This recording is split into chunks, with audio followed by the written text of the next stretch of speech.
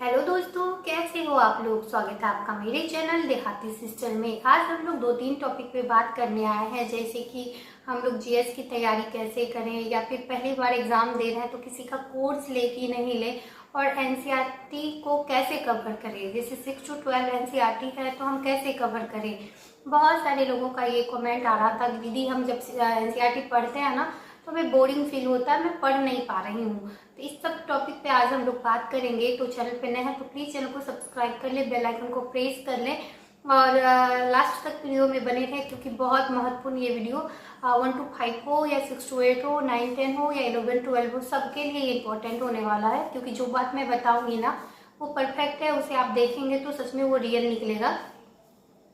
मैं जैसे कि आप लोग का क्वेश्चन है कि 6 to 12 एनसीईआरटी कैसे कवर करें, और क्या मैं 1 to 5 का हूँ तो क्या मैं 6 to 8 तक का पढ़ूँ एनसीईआरटी। तो ऐसा कुछ नहीं है। आप 1 to 5 का एग्जाम दे रहे हैं या 6 to 8 का या 9 10 का या 11 12 का, एनसीईआरटी आपको पूरा ही कवर करना पड़ेगा। पूरा मतलब हर चैप्टर को आपको पढ़ना पड़ेगा, हर सब्जेक्ट को पढ़ना पड़ेगा। चाहे आप टीआरई 6 to 8 का एग्जाम दे रहे हैं या 1 to 5 का दे रहे हैं या 9 10 का या 11 12 का।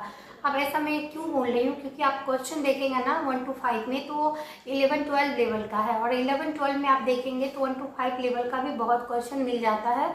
तो उससे भी ऊपर क्वेश्चन मिलता है। तो आपको कोई भी स्किप नहीं करना है। जैसे आप स्किप कर देंगे ना, 6 to 8 का आप तैयारी कर रहे हैं और एनसीईआरटी आपने 9 10 तक का ही पढ़ा है, तो आपका कहीं ना कहीं सिलेक्शन में बाधा आएगा। क्योंकि एनसीईआरटी कहीं से भी पूछ रहा है, मतलब बीपीएससी का ना ये बोल सकते कोई सिलेबस नहीं है। बहुत सारे लोग बोलते हैं कि दीदी सिलेबस को कैसे कंप्लीट करें, क्या सिलेबस आप कंप्लीट करेंगे। अगर हिस्ट्री है ना तो आधुनिक भारत है, तो आधुनिक भारत में आपको कोई चीज़ मतलब छोड़ना नहीं है। सिलेबस तो है, लेकिन सिलेबस ये नहीं है कि 1 to 5 में कितना सीमित है, 6 to 8 में कितना सीमित है, ये चीज़ कंफर्म नहीं है। तो आपको 6 to 12 तक का एनसीईआरटी पढ़ना पड़ेगा, जिसका सब्जेक्ट है वो भी और जिसका जीएस पेपर है वो भी। अब मैं जीएस पेपर इसलिए बोल रही हूँ क्योंकि आज बहुत सारे लोग पूछ रहे थे कि दीदी मेरा जीएस में हिस्ट्री आएगा तो मैं क्या आपका नोट्स जो आपने शेयर किया है वो मैं पढ़ सकता हूँ, वो आपका सब्जेक्ट का है। तो आप एक बात बताएं, क्या जीएस के लिए अलग हिस्ट्री होता है। हिस्ट्री तो हिस्ट्री है ना, मॉडर्न हिस्ट्री है, जो भी टॉपिक है वो क्या चेंज हो जाता है जीएस में, तो बिल्कुल नहीं। तो आपको अगर जीएस में हिस्ट्री पढ़ना है तो प्रॉपर हिस्ट्री, चारों हिस्ट्री को कवर करना पड़ेगा। किसी चीज़ को स्किप आप मत करें, हर चीज़ को आप कवर करें। जैसे वर्ल्ड हिस्ट्री है तो वर्ल्ड में हर चैप्टर को पढ़ें, चैप्टर एनसीईआरटी से पढ़ें। कोर्स लिए तो उनसे पढ़ लें, प्रैक्टिस सेट लगाएं, बार बार लगाएं, उससे आपका कवर हो जाएगा। और जहाँ तक कि एनसीईआरटी पढ़ने में आपको थोड़ा सा दिक्कत हो रहा ना, तो आप क्या करें, किसी का कोर्स ले लें। कोर्स लेने के लिए मैं इसलिए बोलती हूँ ना, फर्स्ट टाइम में कोर्स बहुत इंपॉर्टेंट होता है। आप ही सोचे ना, बिना गाइडेंस के एक बच्चे की परवरिश में भी एक माँ का हाथ होता है। जब तक वो उनको गाइड नहीं करती हैं, उनको रास्ता नहीं दिखाती, उनको पता नहीं चलता है कि हम कैसे मंजिल तक पहुँचेंगे, क्या करेंगे, क्या गलत है क्या सही है। तो वैसे ही होता है एनसीईआरटी। जैसे एनसीईआरटी हम लोग पढ़ रहे हैं ना, तो कोई एक गाइडेंस करने के लिए टीचर वही रूप होता है माँ का। मैं यही बोलूँगी कि वो गाइड करते हैं हमें कि क्या पढ़ना और क्या छोड़ना, क्योंकि उनको अनुभव होता है, हमसे तो ज़्यादा अनुभव है उनको। क्योंकि वो आज से नहीं पढ़ा रहे हैं, बहुत दिन से पढ़ा रहे हैं, बीपीएससी का पढ़ा रहे हैं, तो उनको अनुभव होगा कि बीपीएससी किस लेवल तक का क्वेश्चन पूछता है। लेकिन ये कोई नहीं जानता कि क्या क्वेश्चन पूछ देगा। तो उसके लिए भी आप लोग टेंशन ना लें, आप कोर्स ले लें। कोर्स लेने से वो आपको गाइड करेंगे क्या पढ़ना है क्या छोड़ना है, और एक प्रॉपर नोट्स वो बनवा देंगे आपको। जब प्रॉपर नोट्स आपके पास होता है ना, उसके बाद आप एनसीईआरटी पढ़ने के लिए जाएंगे ना, तो बहुत चीज़ आपको वहाँ से मिल जाएगा नोट्स से, तो आपको ईजिली लगने लगेगा। फर्स्ट टाइम एनसीईआरटी भारी लगेगा थोड़ा सा। उसके बाद आपको नया क्वेश्चन जो भी उस टॉपिक से मिलेगा, आप उसमें उसी नोट्स में आप इंक्लूड करते जाएँ, एक एक टॉपिक को इंक्लूड करते जाए और उसको आप एक प्रॉपर धार दें। जैसे कि मैं क्या करती थी, पहले कोर्स का ख़त्म की, उसके बाद एनसीईआरटी पढ़ी, तो जो क्वेश्चन मुझे उस टॉपिक का मिलता था ना, मैं उसमें ऐड करते जाती थी। उसके बाद मैं प्रैक्टिस सेट लगाती थी, तो प्रैक्टिस सेट में जो भी क्वेश्चन मिला मुझे उस टॉपिक से, जो भी टॉपिक मैं पढ़ रही हूँ उसमें मैं उसको भी ऐड करती थी। फिर मैंने एससीईआरटी भी पढ़ा। बहुत लोग बोलते हैं सिर्फ एनसीईआरटी, एससीईआरटी से भी एज इट इज़ बहुत क्वेश्चन मिलते हैं, तो मैं एससीईआरटी भी पढ़ी हूँ। तो आप एससीईआरटी को पढ़े, एससीईआरटी को भी स्किप ना करें, उसको भी मैंने उसमें ऐड किया। फिर मैं प्रैक्टिस सेट जहाँ भी लगाती थी ना, जैसे मैं प्रैक्टिस सेट लगाती थी रुक्मिणी और किरण का, तो उसमें उस टॉपिक का जो भी क्वेश्चन आता था मैं उसको भी वहाँ पे ऐड करती थी। तो उसके बाद किसी का मैराथन देख रही हूँ और क्लास में जीएस का, जैसे दानिश सर का मैं देखती थी, मुझे अच्छा लगता था उनका जीएस क्लास। तो उसमें अगर एक भी क्वेश्चन उस टॉपिक का मिला तो मैं उस टॉपिक में वहाँ जगह थोड़ा मैं छोड़ती थी। जब मैं नोट्स बनाती थी ना, तो जैसे इतना मैंने लिखा तो इतना मैं छोड़ती थी कि इसमें मुझे पता था कुछ ना कुछ मुझे अभी मतलब एग्ज़ाम का जर्नी में 6 महीने में मिलेगा ही मिलेगा, तो मैं इस पर ऐड करते जाऊँगी। तो वैसे मैंने किया था और मुझे बेनिफिट भी वो दिया।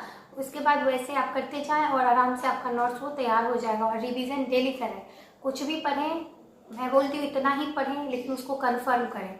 ऐसा नहीं कि इतना पढ़ लिए और कन्फर्म इतना भी नहीं हुआ तो क्या फ़ायदा फिर पढ़ने से। तो सिर्फ नोट्स ना बनाएं, उसको याद भी करें, प्रॉपर याद करें। डेली 1 घंटा 1.5 घंटा सुबह का टाइम आप उसको रिवीजन के लिए दें। मैं सुबह उठ जाती थी और इन लोगों के बच्चों के उठने से पहले मैं उसको एक बार रिवीजन कर लेती थी। जब ज़्यादा हो गया था मुझे याद करते करते तो मैं टाइम टेबल बनाई थी। उस टाइम के अनुसार मैंने सब्जेक्ट को बांटा था, तो उस अनुसार मैं रिवीजन करती थी। लेकिन रिवीजन मेरा डेली होता था हर सब्जेक्ट का। जैसे आज 3 सब्जेक्ट किया तो कल 3 सब्जेक्ट को करूँगी, फिर वो पिछला 3 सब्जेक्ट मैं परसों करूँगी। तो इस टाइप से मैं करती थी। तो इस टाइप से आप नोट्स अपना तैयार कर ले। उसके बाद आप प्रैक्टिस सेट जो लगाते हैं ना, किरण और रुक्मिणी में क्या अंतर है मैं आपको बता देती हूँ। मैं 3 का लगाई थी, किरण रुक्मिणी टेक्स्ट बुक का। टेक्स्ट बुक मेरा नहीं था, दूसरे का मैंने लेके पढ़ा था। अगर आपके आस पास भी कोई पढ़ रहा है ना, कोई है, तो किसी प्रकाशन का आप ले लें, किसी को उनको बोल दे लेने के लिए, तो वो बेनिफिट दे देता है। क्योंकि कभी हम बनाए फिर वो रखा ही पड़ा रह जाता है, तो 2 मिल के ले लेंगे तो ज़्यादा बेनिफिट मिलेगा। अगर आप ले सकते हैं तो आप खुद का ले लें। उसके बाद क्या करें, जैसे प्रैक्टिस सेट में लगाती थी तो उसका पीछे जितना भी डिफाइन दिया होता था मैं उसको कवर करती थी। क्या बोला था मैंने पहले भी, उसको भी मैं नोट्स में लिखती थी। मैं प्रॉपर पढ़ती थी लाइन बाय लाइन, उस पर हाथ रख के। जैसे रुक्मिणी का बहुत अच्छा मुझे लगता था, क्योंकि रुक्मिणी का ना बहुत सारा डिफिनेशन देता था। एक क्वेश्चन उधर 15 क्वेश्चन मेरा कंप्लीट हो जाता था उस टॉपिक का। तो उसमें बहुत सारा क्वेश्चन नया मिल जाता था। तो रुक्मिणी बहुत अच्छा है कुल मिला के। किरण भी अच्छा है, लेकिन किरण का 40 नंबर का जो होता है ना पोर्शन, वो थोड़ा गड़बड़ है। वो मैं इसलिए बोल रही हूँ क्योंकि जैसे 9, 10 1 to 5 के लिए ठीक है, लेकिन 9, 10 का जैसे है तो उसमें रीजनिंग तो पूछता नहीं है, लेकिन वो रीजनिंग भी देते हैं। तो यहाँ स्कोर मेरा 36 हो जाता था, वहाँ पे एग्जाम में वो कम स्कोर आपका हो जाएगा। क्योंकि यहाँ पे आपका मनोबल हाई होता है तो फिर आप थोड़ा कम ध्यान देते हैं उसको, तो एग्जाम में जाके वही चीज़ आपको नुकसान देता है। तो थोड़ा उससे बचें। आप उसमें 40 में 40 स्कोर करने की कोशिश करें। रीजनिंग को आप छोड़ें ही नहीं, और इस तरह टाइप से आप उसको कर सकते हैं। लेकिन रुक्मिणी में अच्छा है, रुक्मिणी अच्छा है, और टेक्स्ट बुक भी अच्छा है, आप उसको भी लेके लगा सकते हैं उसका टेस्ट। लेकिन टेस्ट आप डेली अभी से शुरू करके दो।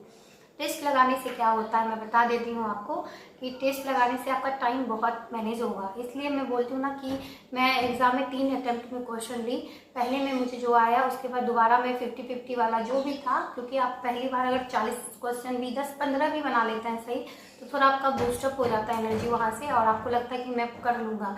तो जो 50-50 वाला क्वेश्चन होता है ना, जिसका गलत होने का चांस ज़्यादा हो जाता है प्रेशर के कारण, दबाव, क्योंकि एग्जाम में सबके ऊपर होता है, अच्छे अच्छे स्टूडेंट के ऊपर भी होता है, तो वो दबाव थोड़ा सा आपका कम हो जाता है, तो आप उसको सही कर पाते हैं। और तिबारा ऐसे क्वेश्चन को रंगे जिसको आपने कभी पढ़ा ही नहीं है और आपको आ ही नहीं रहा, तो आप एक जैसा सबको फिलअप कर दें। इस टाइप से आप वहाँ पे अटैम्प्ट ले सकते हैं। और एक बात और मैं बोलूँगी कि जितना आप प्रैक्टिस करेंगे ना, वहाँ आपको उतना बेनिफिट देगा। बहुत लोग ऐसे होते हैं कि एग्जाम में एक बार भी क्वेश्चन को अटैम्प्ट नहीं कर पाते, सीटेड हो या कोई भी पेपर वो देते हैं ना, अटैम्प्ट ही नहीं कर पाते हैं, छूट जाता है उनका क्वेश्चन।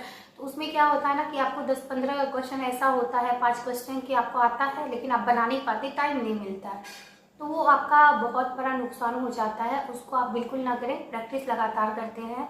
एनसीईआरटी पढ़ें, लूसेंट को ज़्यादा ध्यान दें, लूसेंट को भी पढ़ें। लूसेंट इसलिए मैं बोलती हूँ क्योंकि उससे बहुत सारा क्वेश्चन एज इट इज़ मिलता है। बहुत लोग बोलते नहीं मिलता, लेकिन मिलता है। तो अपने अनुसार पढ़ें, जो भी देखें, फालतू चीज़ से थोड़ा बचें। मैंने 25 मिनट का वीडियो में अपना नोट्स दिखाया है, क्या बुक था, क्या प्रैक्टिस सेट था, सब चीज़ दिखाया है। अगर आपने नहीं देखा तो उसको देख ले, फिर ये मत बोलिएगा ये 1 to 5 के लिए है, 6 to 8। 1 to 5 का है तो सेट आप चेंज कर लें, लेकिन पढ़ना तो उतना ही पड़ेगा। कोई उपाय नहीं है, कोई भी बहाना मत बनाइए। हाँ, ये अंतर है कि जैसे 1 to 5 में जीके जीएस ज़्यादा होता है, और जीएस में बायोलॉजी का इधर से कम क्वेश्चन होता है, थोड़ा कम पढ़ेंगे, यही अंतर है। थोड़ा बहुत क्वेश्चन को, पैटर्न को आप देख लें कि किस में क्या चेंजिंग है, उसके बाद आप आराम से क्वालिफाई कर पाएंगे। लेकिन 6 to 12 एनसीईआरटी पढ़ें, टेक्स्ट बुक का, रुक्मिणी का, किरण का या और भी पब्लिकेशन अगर आप लगा पाते हैं, अभी बहुत टाइम है, आप दूसरा प्रकाशन का ले लें। प्रैक्टिस सेट लगातार 1 या 2 डालें, आप प्रैक्टिस करें और प्रैक्टिस करके उसको छोड़ ना दें, पीछे आप उसको पढ़ते रहें।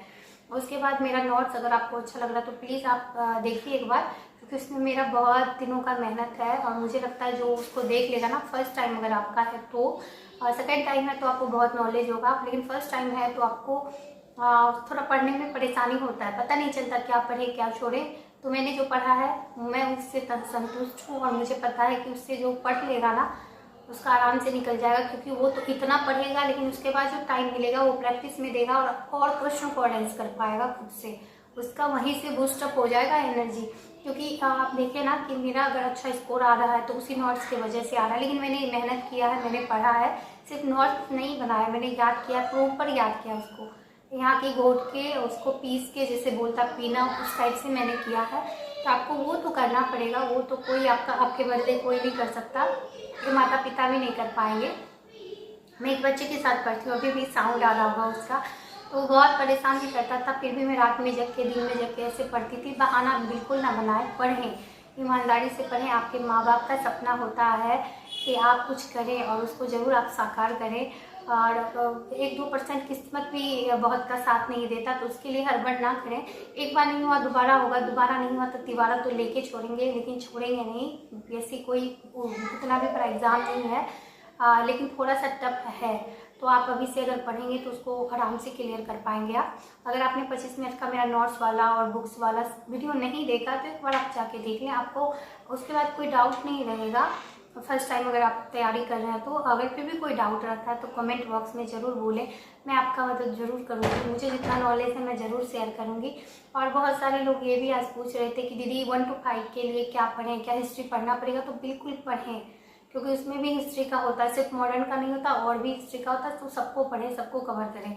और सब्जेक्ट का अलग नहीं होता, इस चीज़ को आप लोग दिमाग में बैठा लें कि सब्जेक्ट के लिए अलग हिस्ट्री क्या होगा, मुझे कोई बता दे, तो ऐसा कुछ नहीं होता। बस पढ़ना है तो पढ़ना है, हिस्ट्री है तो हिस्ट्री है। जीएस के लिए तो कुछ भी कहीं से भी पूछता है, जीएस इसीलिए तो भारी होता है ना कि वो कहीं से भी पूछता है, उसको प्रॉपर तैयार करना पड़ता है। तो आप उसको पढ़ें, स्किप ना करें, थोड़ा ध्यान से पढ़ें, आपका सिलेक्शन हो जाएगा। आज मैं इस वीडियो को यहीं बंद कर रही हूँ, कल फिर एक नए वीडियो के साथ जरूर आऊँगी आप सबके सामने। जितना कमेंट होगा उसी कमेंट के आधार पर मैं वीडियो बनाती हूँ, तो मैं आप सबके सामने जरूर आऊँगी। Thank you so much video में बने रहने के लिए। प्लीज़ थोड़ा शेयर करिए, लाइक करिए, चैनल को सब्सक्राइब करिए। Thank you so much.